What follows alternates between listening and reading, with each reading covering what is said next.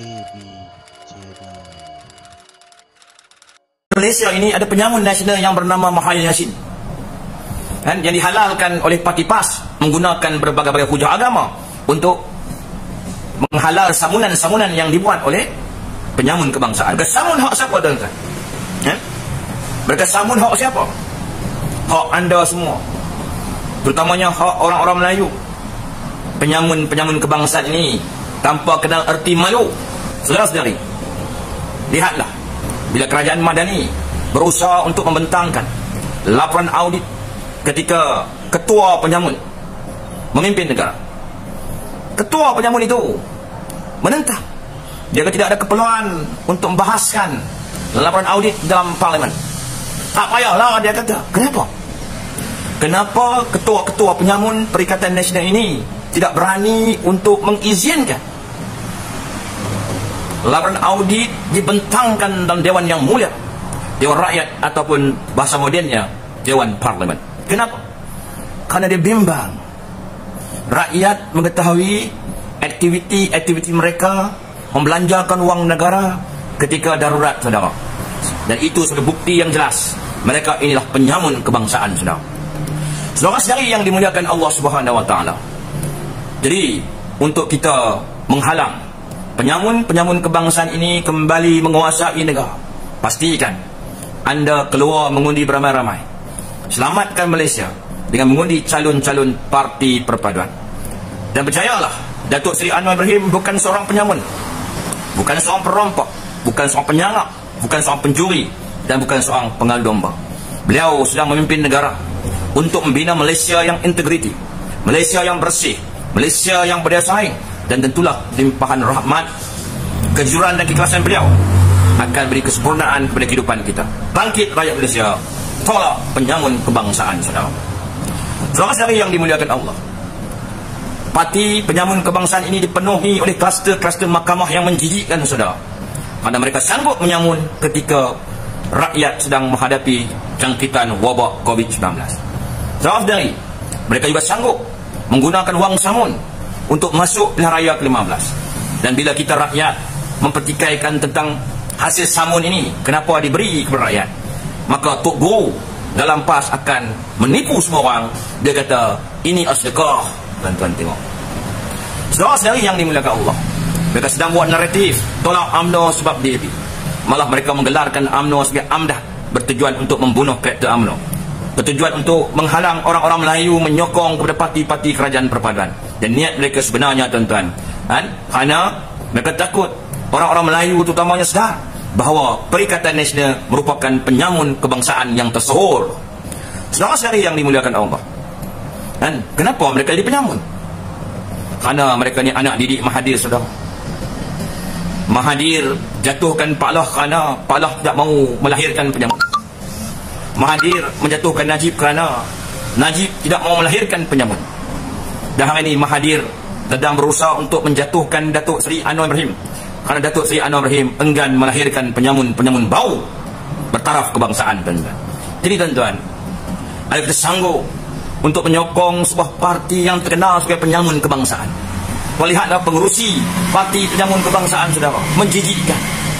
Dan bila saya mencabarnya, minta penyokong parti penyamun kebangsaan, mohon kepada ketua penyamun untuk bersumpah laknat atas nama Allah Subhanahu Wa Taala berkenaan skandal samunan Jana Wibawa. Hingga ke saat ini tak ada mana-mana penyokong penyamun kebangsaan berani untuk mencabar Tan Sri Muhyiddin Yassin untuk bersumpah laknat berkenaan kes skandal samunan Jana Wibawa.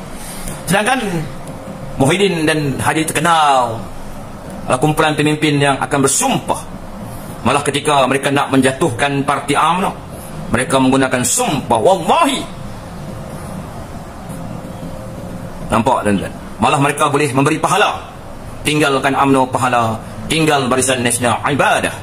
Malah hebatnya lagi penyamun kebangsaan ini, saudara, mereka boleh menjanjikan syurga kepada mana-mana orang yang mengundi mereka, dan mereka akan menjanjikan neraka kepada mana-mana pengundi yang enggan mengundi mereka. Bermakna mengapa Muhyiddin dan Haji Hadi tidak berani bersumpah laknat berkenaan kes Jana Wibawa dan juga perolehan dana politik di pilihan raya yang ke-15.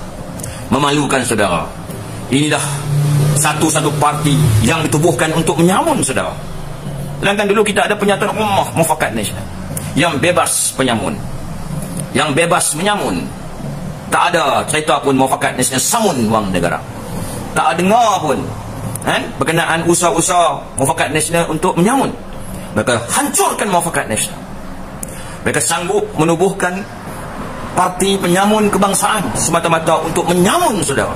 Saudara-saudari yang dimuliakan Allah, hari ini banyak orang tertanya-tanya, kenapa parti penyamun kebangsaan ini benci sangat kepada UMNO? Yang pertama, kerana UMNO tidak mau menyokong ketua penyamun kebangsaan kembali sebagai Perdana Menteri Malaysia. Kerana UMNO enggan kolaborasi dengan parti-parti penyamun kebangsaan PN ini. Sebab itulah mereka amat marahkan kepada UMNO. Mereka memburuk-burukkan Presiden UMNO, Datuk Seri Dr. Zahid Hamidi. Kenapa saudara? Kerana keengganan Dr. Zahid Hamidi operation untuk menjulang semula Ketua Penyamun Nasional sebagai Prime Minister Malaysia. Itu puncanya. Tuan dan puan yang dimuliakan Allah, penyamun-penyamun ini juga adalah pencuri, tuan-tuan. Terkenang saya seusai pilihan raya yang ke-15, dan perkara ini berlaku di negeri Perak, saudara-saudari, yang mana telah takdirkan Allah Subhanahu Wa Taala Barisan Nasional hanya mampu menang 9 kerusi DUN di negeri Perak. Jadi pada malam itu, kepimpinan UMNO Barisan Nasional telah bersedia dan menyiapkan diri untuk menjadi pembangkang di negeri Perak. Malah yang amat berhormat Datuk Seri Syarani Mohamad telah mempersiapkan dirinya sebagai ketua pembangkang. 9 orang ahli Dewan Undangan Negeri Perak ini dibawa oleh UMNO Perak dan ditahan di Hotel Impiana bersebelahan dengan pejabat UMNO Negeri Perak, ibu pejabat UMNO, supaya tidak ada mana-mana yang cuba dipengaruhi atau dicuri atau dibeli oleh parti penyamun kebangsaan. Termasuk Datuk Seri Syarani Mohamad juga dikurung di Impiana Hotel Ipoh. Jadi tiba-tiba Yang Muhammad mendapat panggilan telefon daripada Pakatan Harapan, yang mana Pakatan Harapan telah mempelawar Barisan Nasional Perak kolaborasi untuk menubuhkan kerajaan negeri Perak. Semua orang tahu PH cuma memiliki 24 kerusi dan kurang 6 kerusi untuk menubuhkan kerajaan negeri. Malah pelawan itu termasuk keberanian Pakatan Harapan menawarkan jawatan MB kepada UMNO, jawatan Speaker kepada UMNO, 3 jawatan Esko kepada UMNO, malah seorang Esko kanan ataupun timbalan Menteri Besar kepada UMNO. Tapi pada waktu itu Yang Amat Datuk Seri Syarani Mohamad tidak membuat sebarang keputusan. Beliau mengambil masa untuk bertenang dan berbincang dengan ahli-ahli Dewan Undangan Negeri Barisan Nasional lain, termasuk pimpinan-pimpinan UMNO Barisan Nasional yang lain. Dan tepat jam 2 pagi pada hari kejadian, lebih kurang lebih kurang jam 2 pagi, Yang Berhormat Datuk Seri Syarani Mohamad mendapat pula panggilan telefon daripada Perikatan Penyamun, yang mana Perikatan Penyamun juga mempelawar UMNO Barisan Nasional Perak untuk menubuhkan kerajaan negeri. Sudah maklum, Penyamun Nasional atau Perikatan Penyamun Nasional ini mempunyai 26 kursi Dewan Undangan Negeri Perak. Jadi Yang Berhormat Datuk Seri Syarani pun kata okeylah, kita berbincang dulu. Jadi mereka mengajak berbincang di Kuala Lumpur, yang mana timbalan pengerusi Parti Penyamun Kebangsaan Datuk Seri Peja akan berbincang dengan Datuk Seri Syarani Mohamad. Jadi Yang Hormat Menteri Besar kami ini pun bergeraklah ke Kuala Lumpur. Kebetulan ada pula mesyuarat Biro Politik pada hari kejadian, dan selesai mesyuarat Biro Politik UMNO. Jadi Yang Hormat Datuk Seri Syarani ini bergeraklah ke Hotel Royal Chulan di Ampang, dan bertemulah dengan Peja, atau lebih dikenali sebagai timbalan Ketua Penyamun Kebangsaan. Dalam perbincangan itu Peja hanya menawarkan kita tubuhkan kerajaan dulu. Soal siapa MB, siapa Esko kanan, siapa Esko, siapa Speaker, kita bincang semula selepas tertubuhnya kerajaan negeri Perak. Jadi Tok Syarani fikir lagi. Dan ketika dalam perjalanan balik ke negeri Perak, sekali lagi Pakatan Harapan menghubungi Datuk Seri Syarani Mohamad, yang mana mereka menawarkan sekali lagi untuk menubuhkan kerajaan negeri, dan mereka menjanjikan jawatan MD, esko kanan, 2 esko biasa, 1 speaker kepada UMNO Barisan Nasional Negeri Perak. Tapi Datuk Seri Syarani Mohamad sekali lagi belum membuat sebarang keputusan untuk bersama dengan Perikatan Nasional ataupun bersama dengan Pakatan Harapan. Jadi selesai dalam perjalanan daripada Kuala Lumpur nak balik ke Hotel Impiana di Ipoh tu, tiba-tiba informer kita memaklumkan pemimpin-pemimpin ataupun orang-orang penyamun kebangsaan berlegar di hadapan Hotel Impiana Ipoh. Mereka sedang cuba untuk mencuri atau membeli ahli-ahli Dewan Undangan Negeri Perak yang dikurung di Hotel Impiana. Perkara ini menyebabkan Datuk Seri Syarani amat marah. Katanya nak berunding. Kenapa hantar ejen untuk mencuri, membeli adun-adun kami? Kemarahan Datuk Seri Syarani tak terbendung lagi. Dan akhirnya telah dipikirkan sematang-matangnya lah. Datuk Seri Syarani menubuhkan kerajaan negeri dengan Pakatan Harapan. Sebab apa? Baru duk berunding, daripada hantar orang nak curi adun kita, nak beli adun kita.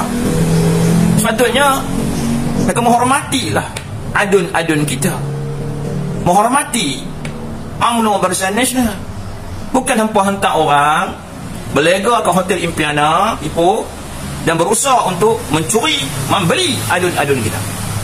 Dan perkara itu berjaya dihalang, dikengkang oleh Datuk Seri Syarani Mohamad. Dan atas perbuatan-perbuatan terkutuk penyamun kebangsaan ini, akhirnya Datuk Seri Syarani membuat keputusan untuk bersama dengan Pakatan Harapan. Sebelum buat keputusan itu, sekali lagi Datuk Seri Syarani meletakkan syarat-syarat. Apa syaratnya? Yang pertama, DAP tidak boleh mempertikaikan soal hak keistimewaan orang Melayu, perkara 153 dalam Perlembagaan Persekutuan. Perkara kedua, DAP tidak boleh menyentuh atau mengusik kedudukan Raja-Raja Melayu. Perkara yang ketiga, DAP tidak boleh menyentuh perkara 3, Islam Agama Persekutuan. Yang keempat, DAP tidak boleh membangkitkan atau memperjuangkan atau mengusulkan tentang isu tanah 999 tahun. 4 syarat yang diberikan Datuk Seri Syarani kepada Pakatan Harapan Negeri Perak diterima oleh Pakatan Harapan, dan selagi Pakatan Harapan DAP berpegang kepada janji-janji mereka, selagi itulah Kerajaan Madani Negeri Perak akan kekal. Ini cerita tuan-tuan. Waktu tuan tahu ketika usaha-usaha ejen-ejen Perikatan Nasional berlegar di Hotel Impiana untuk membeli adun-adun UMNO Barisan Nasional, pada waktu itu Akta Anti Lompat Parti belum lagi diluluskan di Dewan Undangan Negeri Perak. Bermakna pada waktu keadaan amat genting. Nampak? Dan apa yang saya nak maksudkan di sini, bahawa Parti Penyamun Nasional atau Penyamun Kebangsaan ini jahat, saudara. Mereka tidak akan menghormati hak orang lain. Sebab apa? Dan nama Parti Penyamun Kebangsaan, dalam kumpulan penyamun ini ada pencuri, ada perampok, ada penyangak, ada penipu, ada pengintip, ada pengadu domba. Lengkap. Semua kita gelarkan Parti Penyamun Kebangsaan.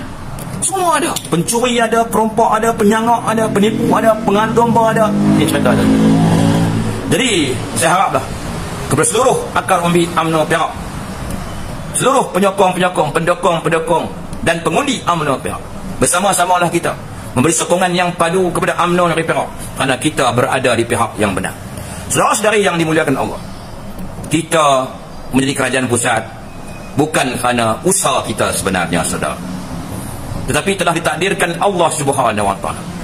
Kerana pada waktu itu Allah Subhanahu Wa Taala menutup hati Parti Penyamun Nasional dan menutup hati pemimpin Parti Pakatan Harapan. Sebab itulah UMNO Barisan Nasional kembali mensebahagian dalam kerajaan perpaduan. Maknanya Allah yang mentakdirkan kita kembali sebagai kerajaan.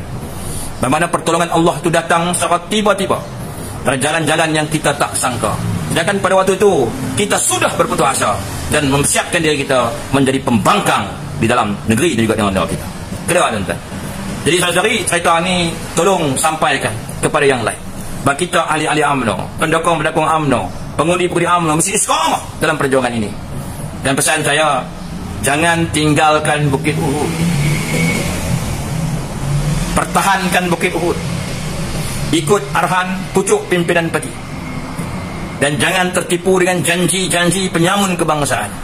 Dan jangan terjebak dengan gesekan-gesekan biola politik parti penyamun kebangsaan.